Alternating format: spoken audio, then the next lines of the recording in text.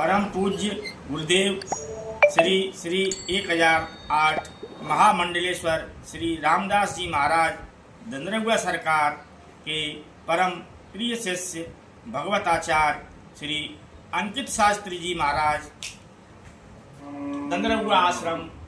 आप महाराज जी बताइए, आपने जो कथा आपकी हो रही है वहाँ कहाँ कथा आपने मतलब की है? दंदरगुआ सरकार की जय, श्री डॉक्टर हनुमान जी महाराज की जय, श्री सदगुरुदेव भगवान की जय, बद्रीनाथ भगवान की जय। देखिए, जो अभी जो कथाएं हमारी जो जैसे क्रम ये चल रहा है, वो हमारा क्रम हम 2016 से लगातार कथाएं कर रहे हैं। इस वर्ष की जो कथाएं हुई हैं वो कथा हमारी वृंदावन धाम में हुई थी। उसके बाद हमारे मऊ तहसील में मऊ में पड़ता है पखौजिया ग्राम, हमारा सिद्ध बाबा के एक स्थान है बगिया, उसमें हमारी कथा का वाचन हुआ था। उसके बाद पुनः फिर वृंदावन धाम में कथा हुई और उसके बाद श्री बद्रीनाथ बद्री भगवान की पावन तलहटी पावन गोद में हमारी अब जो कथा का जो वाचन हो रहा है वो 25 सितंबर से वहाँ कथा होगी। 1 अक्टूबर तक ये महाराज जी के पावन सानिध्य में ही होगी। उसके बाद जो कथा हमारी आगामी जो कथाएं हैं और वो 8 नवंबर से कथा जो हमारी महलगांव केला देवी मंदिर सिटी सेंटर पे, उसके बाद कथा हमारी श्री अटे रोड पे है और उसके बाद कथा हमारी इलाहाबाद प्रयागराज में है। ऐसी कथा का जो क्रम है वो अभी चल रहा है निरंतर। महाराज जी, आपका जीवन परिचय के बारे में कुछ जानकारी लेना चाहेंगे। आपका जीवन परिचय कैसा रहा? आप कहाँ पढ़ाई की आपने, उसके बारे में थोड़ा बताइए। देखिए, जीवन परिचय क्या, हमारे माँ जी और पिताजी का बड़ा हमारे ऊपर आशीर्वाद रहा।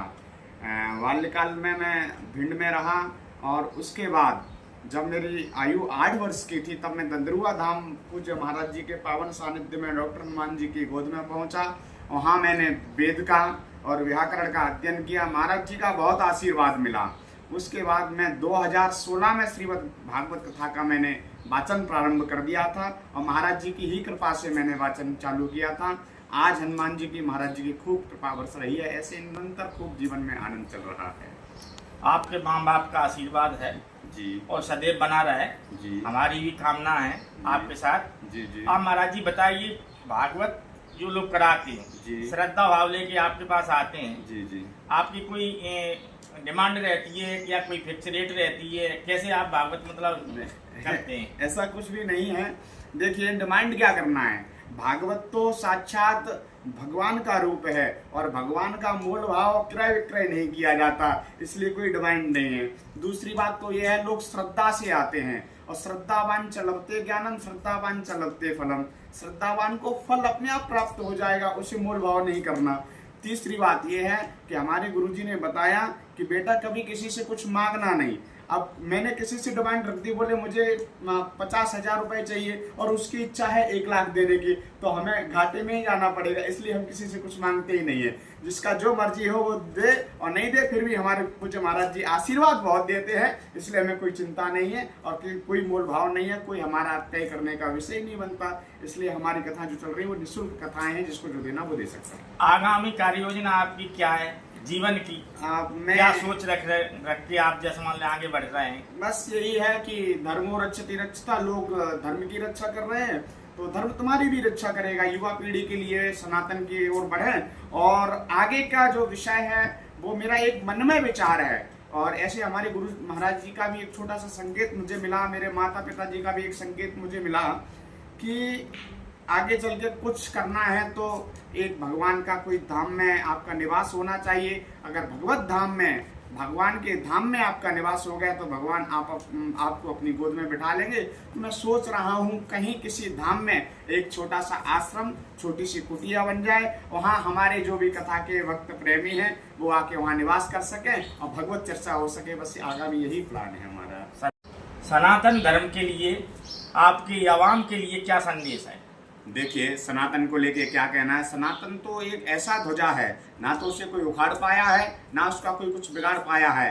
विधर्मी लोग कितना भी प्रयास कर ले फिर भी उसका कुछ कर नहीं पाएंगे। तो लोगों से बस यही कहना है कि अगर हम सुधरेंगे तो जग सुधरेगा। विशेष संदेश युवा पीढ़ी के लिए यही है कि भगवत धाम को मानो, सनातन को मानो, धर्म को मानो। धर्मो रक्षति रक्षता। अगर तुम सनातन की रक्षा करोगे तो सनातन तुम्हारी रक्षा करेगा, तुम धर्म की रक्षा करोगे तो धर्म तुम्हारी रक्षा करेगा।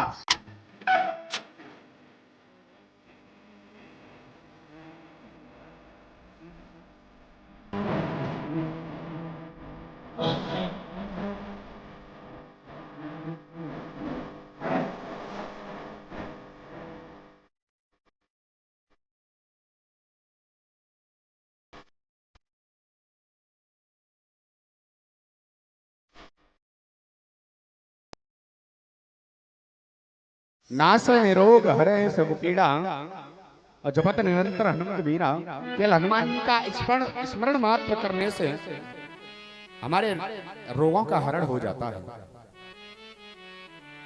और दंदरुआ हनुमान जी महाराज की तो इतनी बड़ी विशेषता है कि दंदरुआ जाता है, जो भी व्यक्ति दंदरुआ जाता है,